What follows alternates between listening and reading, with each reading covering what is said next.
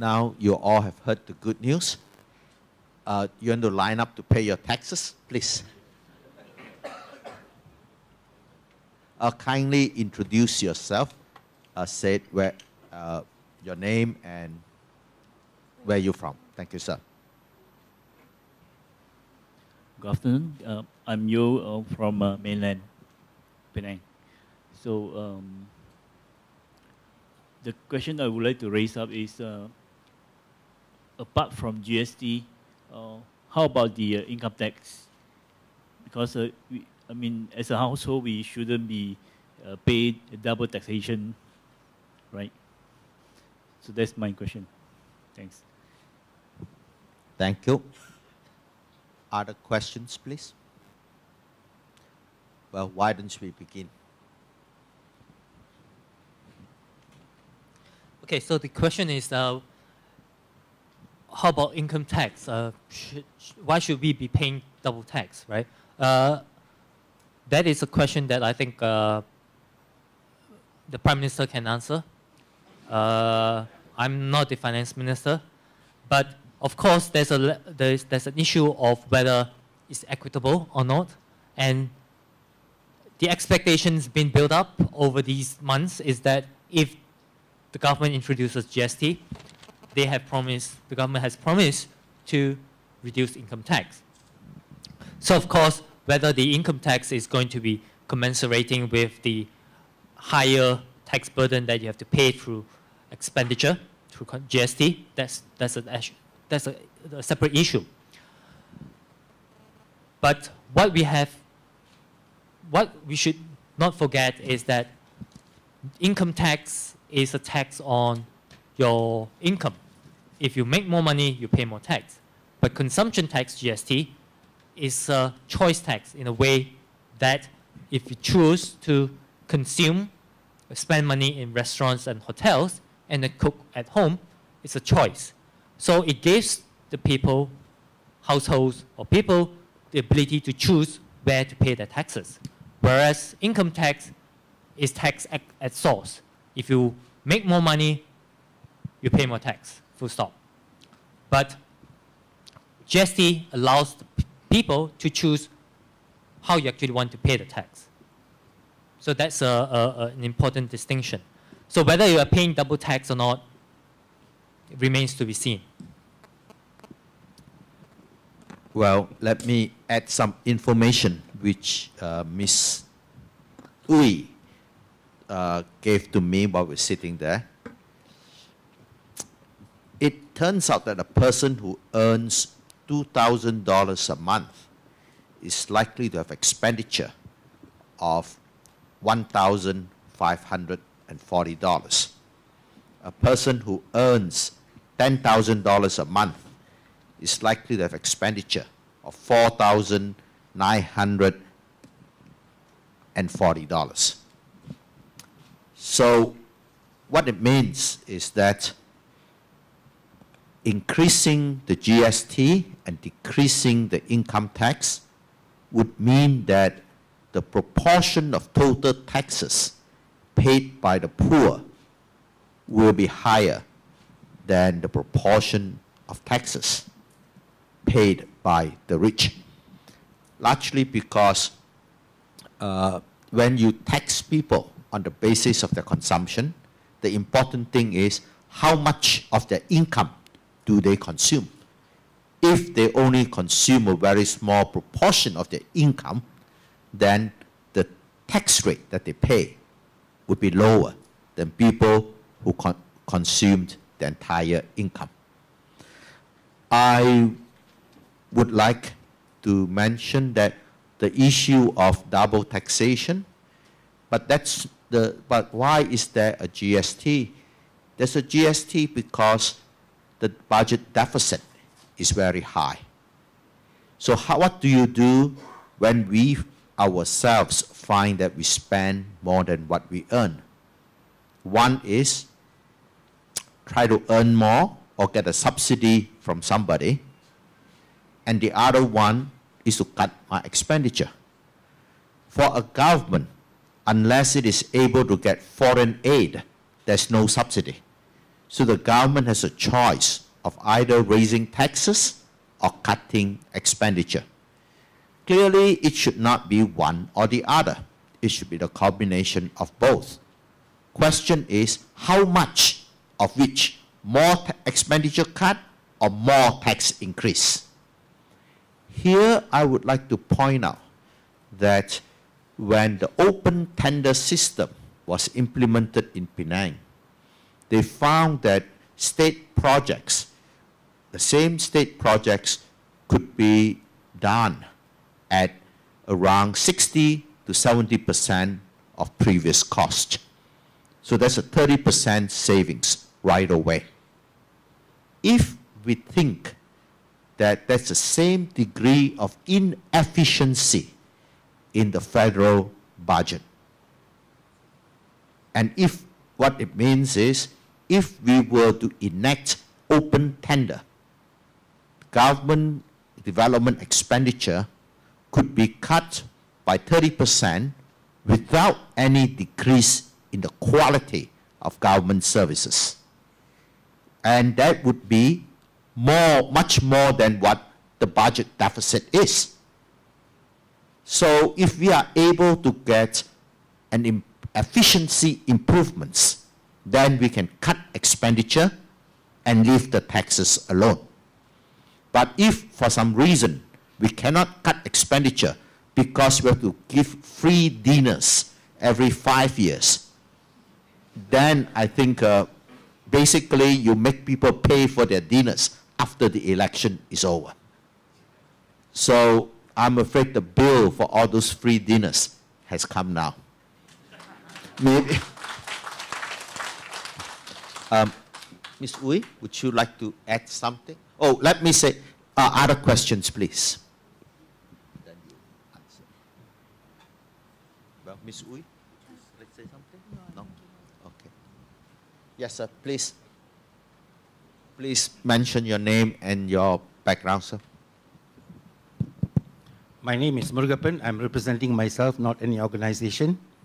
I would like to ask, based on what the Prime Minister said during his recent interview with CNN, that there is a possibility, although remote, that capital controls would be imposed if our fiscal position or our currency position worsens. Now, under what circumstances and how likely do you think that this would happen? Thank you.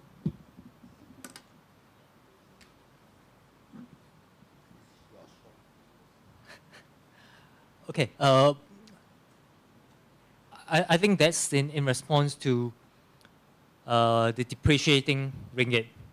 Since I haven't put up on the slides, but since the US government, US Federal Reserve hinted that it's going to reverse the low interest rates, capital has been fleeing this part of the world, and it's not only specific in Malaysia.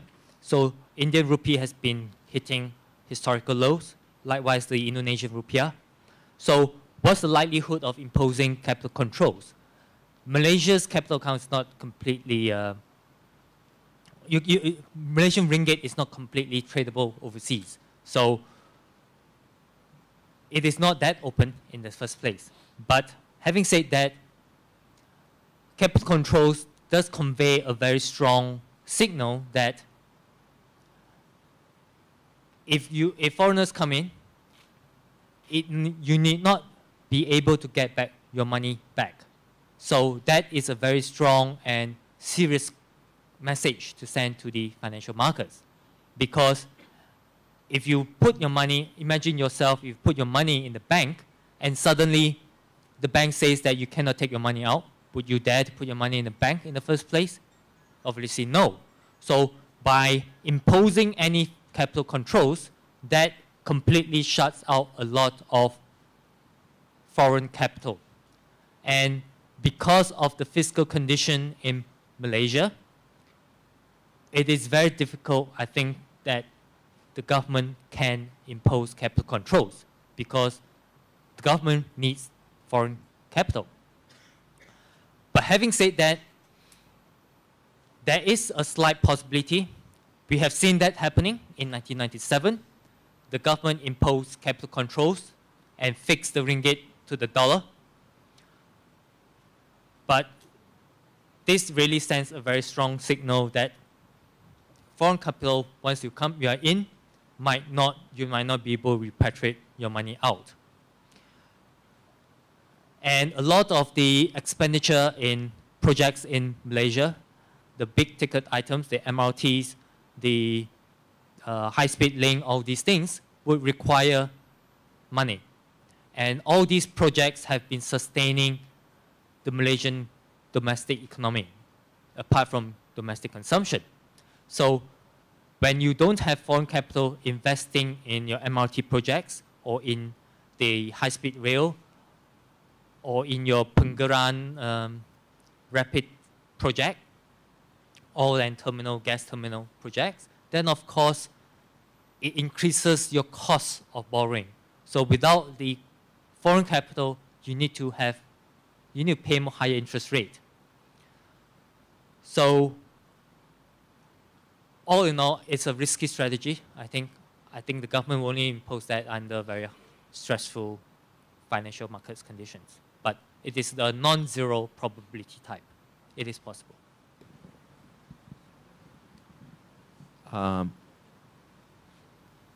That's one aspect of your question, money running out. That's why we put controls. But what we must mention that the money had flowed in from the outside in the first place. When the money was coming in, the government has two choices. One, the government does not intervene in the foreign exchange market. So when the money comes in, the ringgit appreciates against the dollar, the US dollar. In such a situation, that discourages the inflow.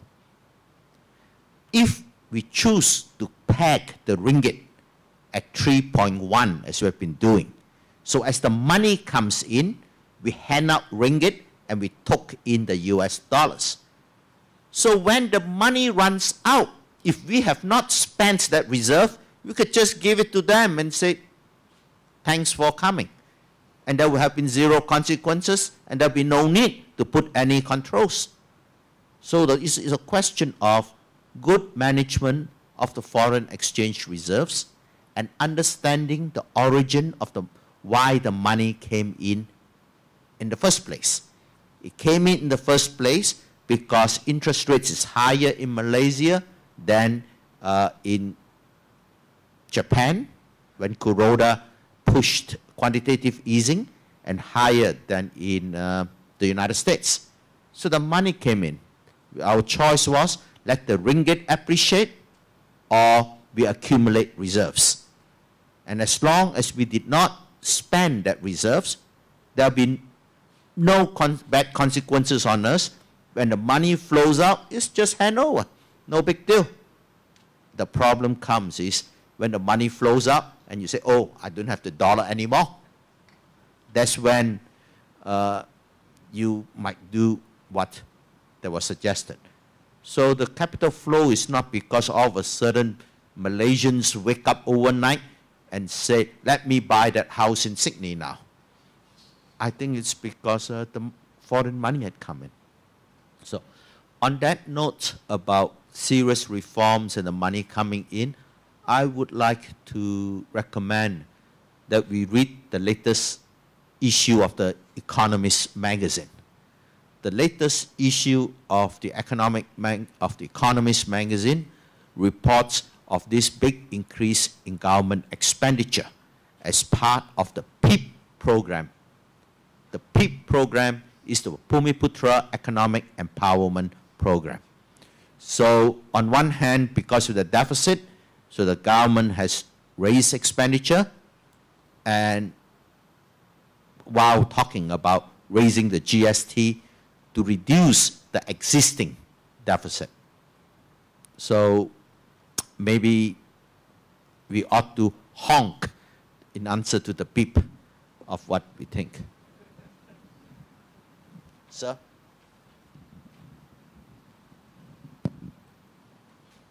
Tajul, Penang. Just two questions. One, a clarification. You mentioned that the inflation rate would increase by, I think, 3.29 or some percentage number. When you say increase, do you mean that it's 3.29 added to the current baseline of 2.9%? That's one question. The second question about the government's intention to implement the GST after the budget. But if I remember also correctly, there was talk that the business association says less than 40% of the companies are even ready to take on the GST in terms of the accounting systems. So could you comment, I mean, if the government wants to implement something, but even the system is not ready, how would they intend to achieve their goals? Thank you.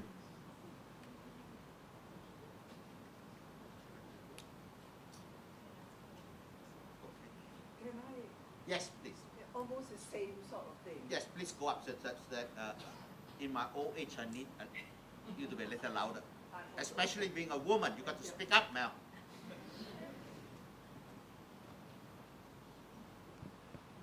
I'm Gladys Lee. I represent myself. I'm a retiree, but I was in finance. Today's subject is GST. My question is basically that, I mean, Dr. Lim, I think, covered the subject about fraud and things like that. My question really is, how are they going to implement it? And are they very, very sure of all the rules when they start to implement GST and how they are covered? And also, when it is introduced, who is going to audit who? And how is the collection going to be made? Thank you.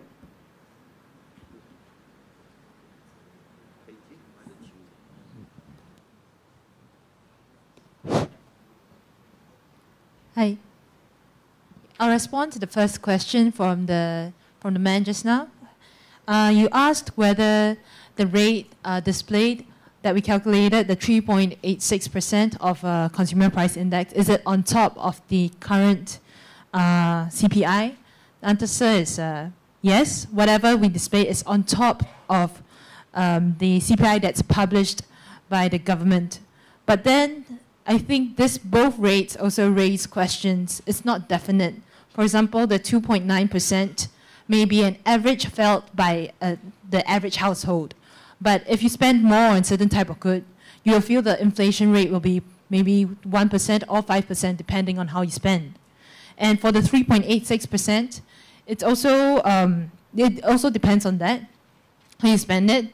So can say for definite that it's 2.9 plus 3.8 equals to 6.7. It depends on how you spend. If you spend more on food, then you probably incur a lesser CPI, lesser inflation rate. So it's a variable in that case. Oh, that was the bad news. Now the good news. The good news is the introduction of it at 3.8 percentage points one time. In other words, if the underlying is 2.9, then it jumps to 6.8 in the year of implementation. And the good news is it goes back to 2.9 after that. So that's it's a jump in the price level, not the rate. Yeah, okay, I just want to add a bit on that, in that it's going to jump up by the additional 3.86%. And we had a look at another study done in Canada, which found that if there's a 1% increase in the tax for equivalent GST, then of course the inflation also increases by 1% or slightly or even more for that. So what we have found here is that the average GST rate on expenditure is 4.4%, and we estimated it to come out by an additional 3.86%. So that is not too far off from what another study has found in Canada. And the second question, which is that are businesses ready for GST? if we take the minimum wage sort of implementation into as an example, then the government is more likely to announce something to be implemented in the future. Whether it is something that you have announced and then you actually do it, or is then subsequently open to consultation and actually delayed, etc., is possible, because this goods and services tax bill was first started in 2009. So now it has gone through a second reading or something. So whether businesses are ready, it looks like a lot of businesses are not ready. People do not know the rate, do not know the items to be subject to GST. When we wanted to do this study, we tried to get an impact study which was done by Ministry of Finance. They have done an impact study. We tried to get it, but we couldn't get it. We wrote in officially to request for the report, and we couldn't get it. So that's why we commence this exercise to see what is the impact on households. So there's a degree of consultation and transparency needed on the part of the government to let people know that these are the items that is likely to be implemented with GST. And who is implementing it? From what we have found from the internet and what the ministry has said, is that the Royal Customs and Excise Department, Royal Malaysian Customs and Excise, would be the body collecting and administrating it. Whether they are fit to do it is a separate thing. And if we take the example of many similar projects or similar initiatives or policies that have been implemented in Malaysia, there is a high probability that it will be farmed out and outsourced to another company. That's my hunch. Whether it's going to happen or not, well, we'll see. But Malaysia has been doing that quite regularly. Say, for example, the AES, whether it's your car, taking your car for inspection, it's all been outsourced. So this time around, is the IT system going to be outsourced to another party or not? That's a high possibility. Possible? I don't know. Oh, let us think of let's think of the mechanics of GST. What that really means is, let us say a real estate developer sells a home. So the sales price is known to everybody. And how does he pay tax? He takes the cost of building that home. So he takes the sale price minus the cost of constructing that home. The difference is known as the value added. And then he pays a certain proportion of it.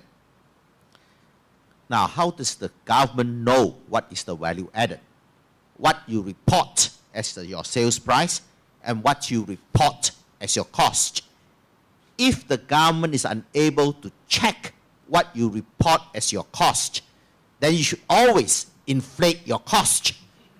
That is why in China, you have this market for receipts. You go to any train station, there are all these people selling you receipts for everything, so that when you can just hand it in.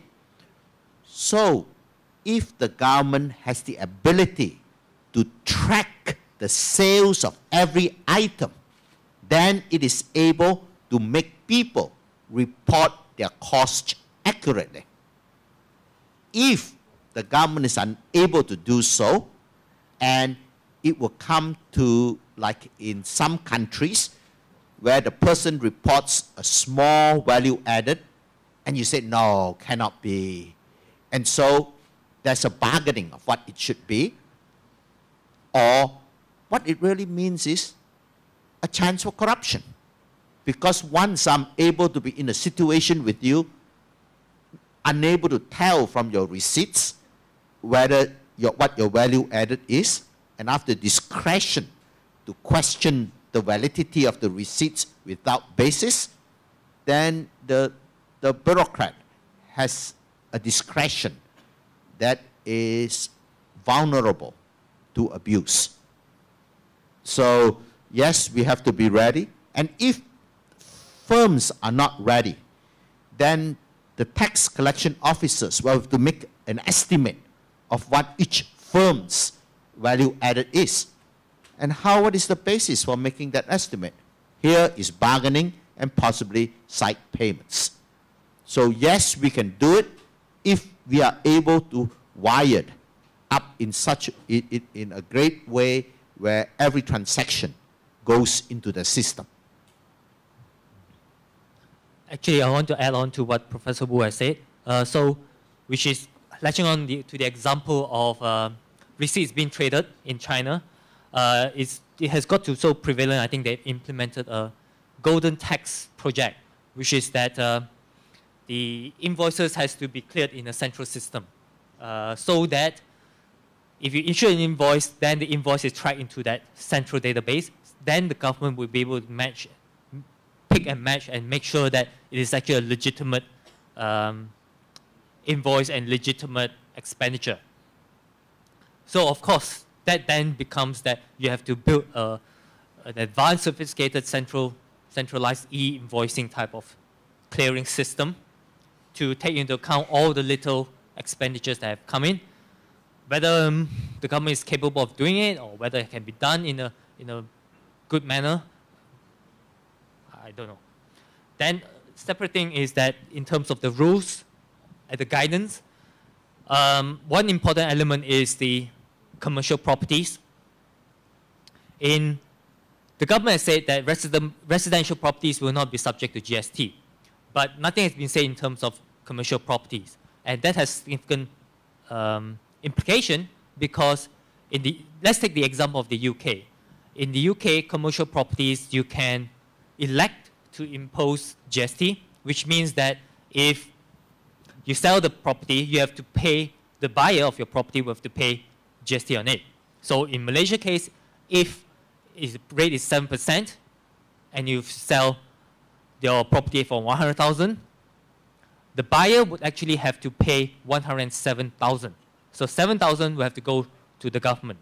But the benefit of that is that once you start electing your commercial property for GST, then all your expenditure that you have to incur, for example, your repairs, your plumbing, etc., you will be able to deduct the input tax on that. But you have to charge GST on your rent. So your rent would increase by another 7%. So that would definitely increase the cost of doing business in Malaysia.